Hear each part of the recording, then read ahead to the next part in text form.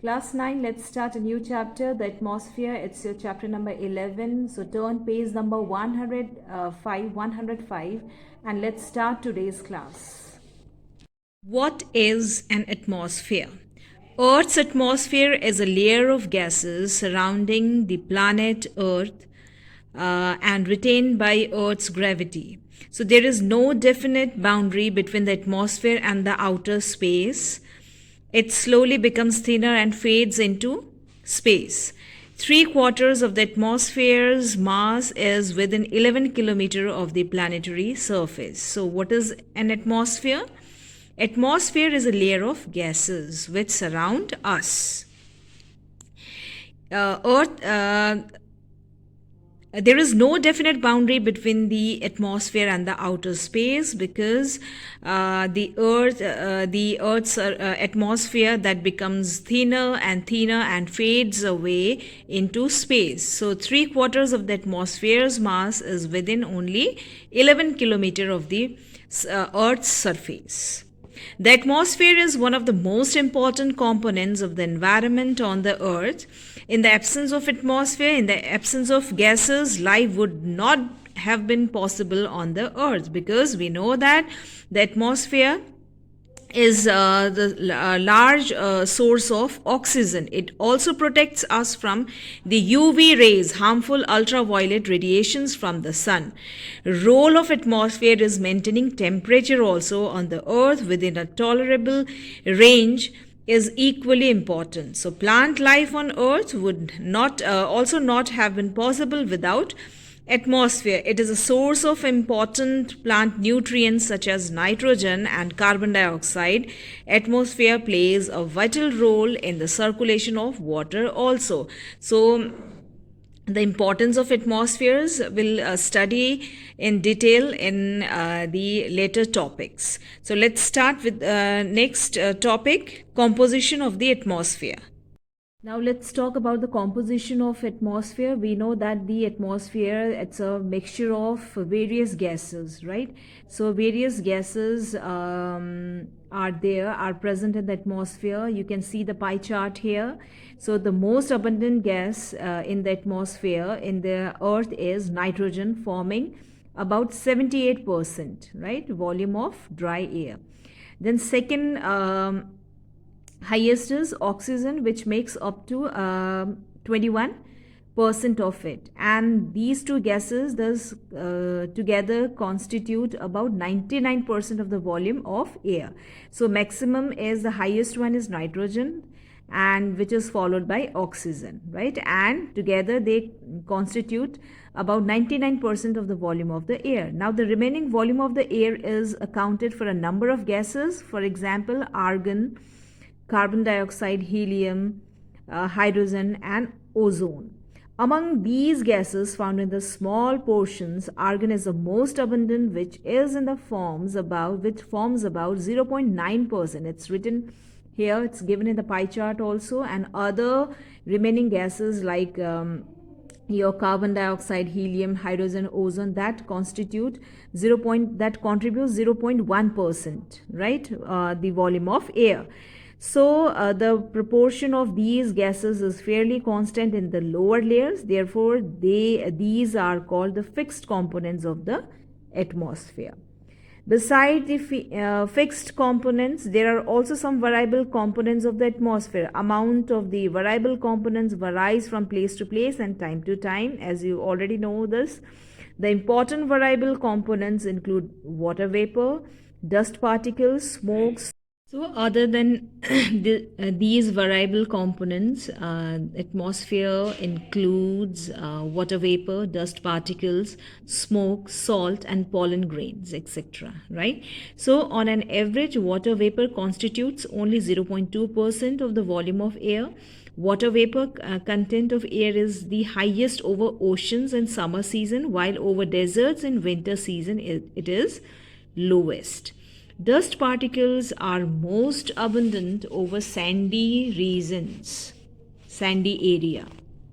Smoke particles are more numerous over industrial areas where fossil fuels like coal and natural gas, oil are burnt in large amounts. The proportion of carbon dioxide also varies. It is generally higher in the middle latitudes in spring season and also over industrial regions. Now next is importance of various components. So importance of various components, let's talk about the oxygen. Oxygen is necessary for breathing, burning and decomposition of organic matter. It also combines with various elements for the environment, causing chemical changes through the process of oxidation, which we had already discussed in the previous chapter. So you must be knowing about the oxidation. I told you in the previous chapter how oxygen helps in chemical changes through the process of oxidation, right? So we know that the oxygen is very essential and very necessary for breathing, burning and decomposition of organic matter. Now let's discuss about the second component. The second gas is nitrogen. In the combination with a number of elements produces plant nutrients and thus makes many organic processes possible. So we know that nitrogen is very important. Nitrogen fixation and nitrogen gas is very important for the growth of plants and trees. It is used for making chemical fertilizers also. Nitrogen also keeps temperature lower. So it helps in keeping the temperature low and retards combustion, right?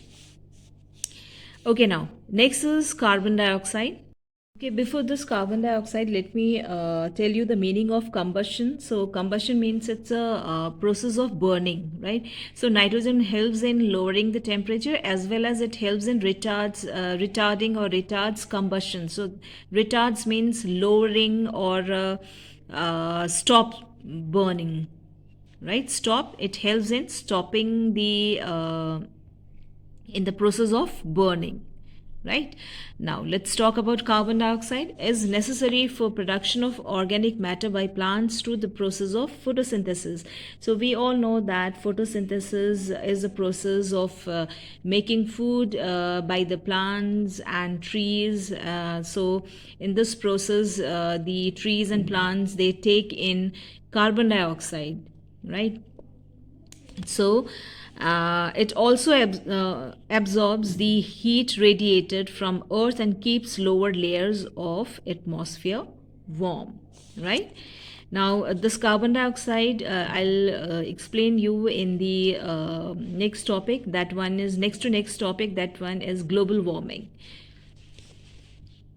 Now next is water vapors also perform important functions. They are the source of all forms of precipitations, right? So precipitations, that includes rain, hailstone, snowfall, sleet, etc. So the most common form of precipitation is rainfall. So water vapors perform very important function. So and these are this water vapors are the source of all forms of precipitation.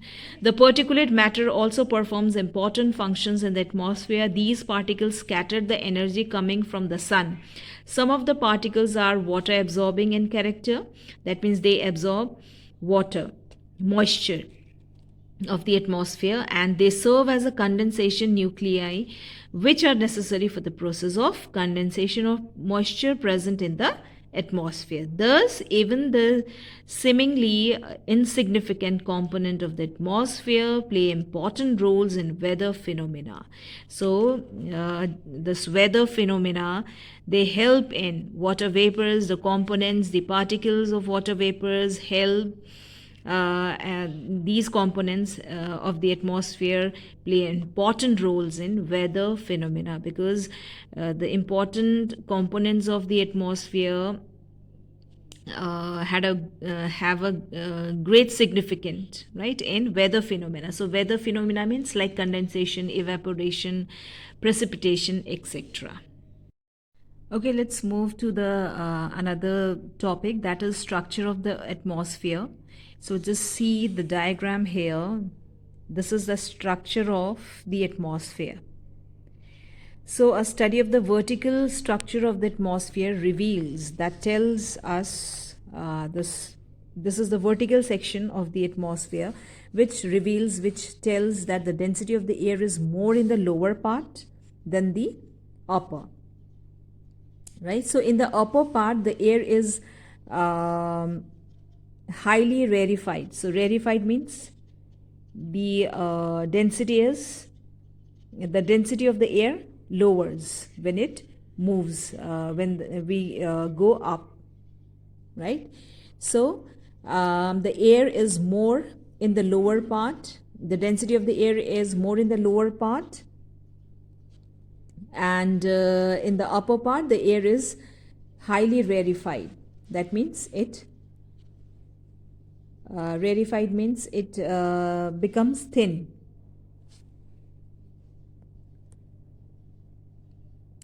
Okay, now some of the gases constituting the atmosphere are relatively heavier than the other ones. So carbon dioxide, for example, is approximately 1.5 times heavier than the air. So oxygen and nitrogen are also relatively heavier gases of the atmosphere. So the heavier gases tend to concentrate more in the lower parts. So as I told you, the heavier one sinks down. So sinks down means in the troposphere we will find oxygen, nitrogen and carbon dioxide, because these are the heavier, relatively heavier gases of the atmosphere, right? Now the heavier gases tend to concentrate more in the lower parts, as I told you, while the proportion of the lighter gases such as hydrogen and nitrogen is more in the upper layer of the atmosphere. So about 99% is found within the height of 30 kilometers. So most of the gases we find them in lower part of the atmosphere, or the lower layers, and up to the limit is within a height of 30 kilometers from the surface, right? Earth's surface. So on the basis of its varying composition with increasing height of the atmosphere can be categorized into a number of layers. So a brief descriptions of the important layers of the atmosphere is given in your book, as well as you can see the name are given here.